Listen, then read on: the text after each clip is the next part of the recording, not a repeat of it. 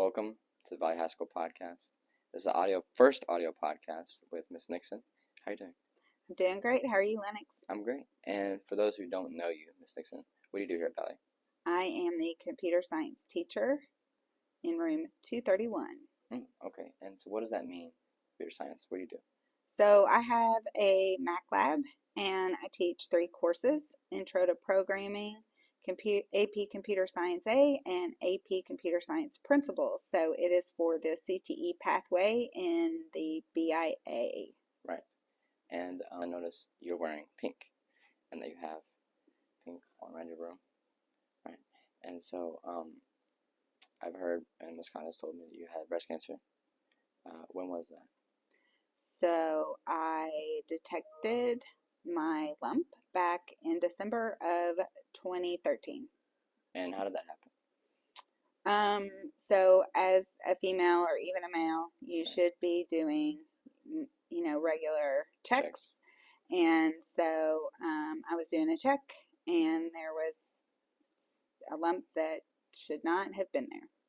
Okay. Can you describe your journey afterwards in terms of what happened?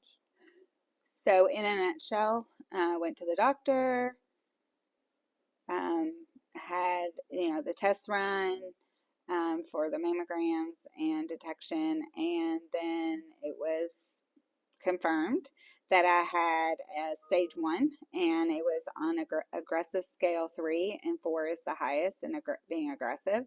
So from there, had to make some decisions on what I wanted to do, and my husband and we talked about all of the options with the doctors, and I decided that the best choice was to go ahead and have a mastectomy.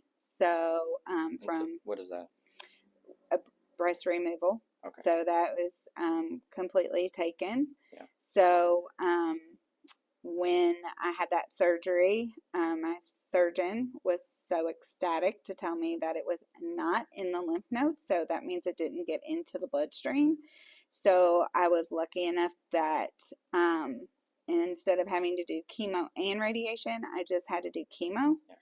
Yeah. So I started chemo at the end of my 5-week time I was off, and I actually went back to work. I had chemo on a Friday and went back to work on that Monday.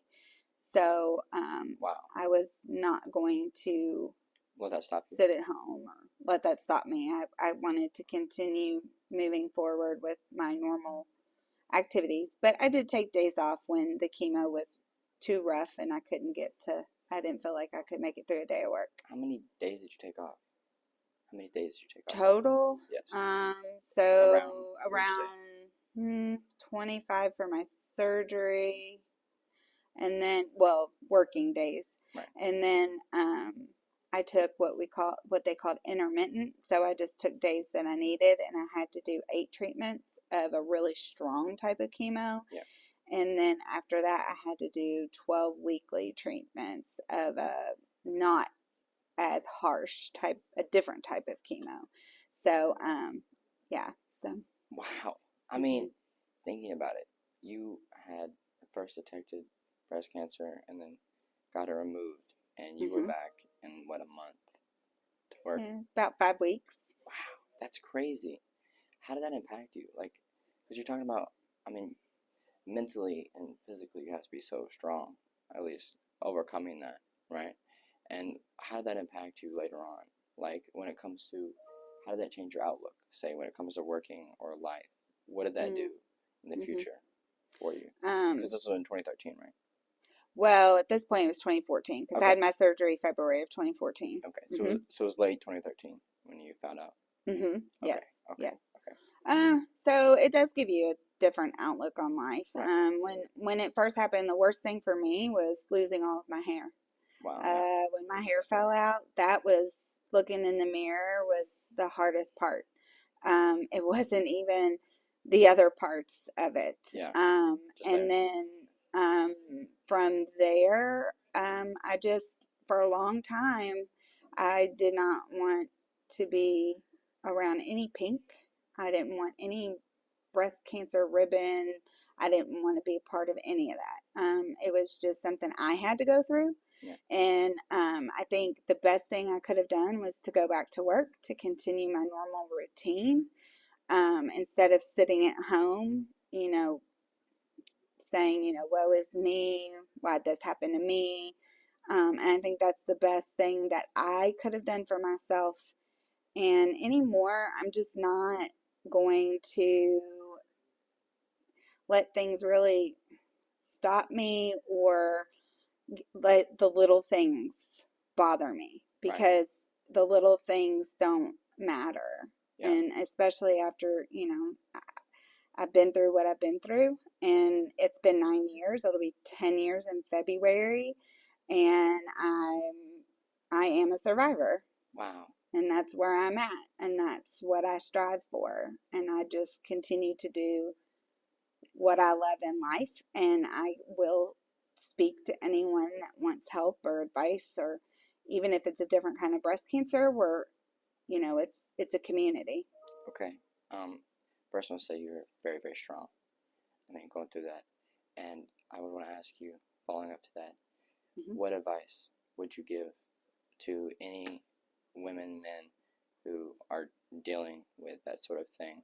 Because when you've gone through it, and so you talk about how people with advice, what are some words of wisdom that you would give them? And before you answer that question, I want to say when you talk about the worst part is losing your hair, I think we really should have done a video podcast, because you have amazing hair. I just want to let you know you really have very pretty Thank hair, you. and everyone that comes by and that goes to your class would probably agree with me that I definitely would hate losing that hair, because that's some very nice hair. Well, thanks. So, for the advice, well, the main thing is because October is Breast Cancer Awareness Month. You shouldn't just wait till October to think about breast cancer, right? So it can happen to men, it can happen to women, and you need to really do those checks, because you just never know when it could pop up. Because I had a mammogram 6 months prior, and there was nothing there. So it's very important. Do those checks. Don't be afraid. How often would you say do the checks? Oh, you should do it. I mean, I don't do mine every day, but I mean, I would definitely try, do an examine yourself, probably at least once a week, a couple times a month. Okay. You just never know when something might be there. But I would say, talk about it with people that you trust. Seek help. It's very hard. Don't push people away. Try to, people are, when they find out you're going through something, they're going to want to help. Yeah. Let them help. So it's just important that you stay strong, and I would say continue your daily routines as much as you possibly can. And why is that? What would you say? I think, everybody's different, but for me, it kept me from being terribly depressed, or, like I said, just the not being someone people didn't want to be around, like just to kind of keep my head up and to keep my positivity, outlook that way on life, rather than, oh, woe is me, I could die tomorrow. I just didn't want it to be that way for me. Right. And what would your outlook on life be? Now, if you could summarize on one sentence, one thing. That's probably a pretty tough question, I assume, but just the first thing that pops in your mind. What would you say?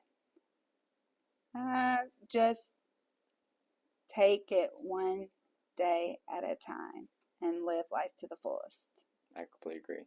Thank you, Ms. Nixon, for coming on this podcast, and thank you for talking about it. I know that's a lot to talk about, and so I really appreciate you coming on to talk about this. Thanks for having me. Thank you so much. All right. That's it. Thank you.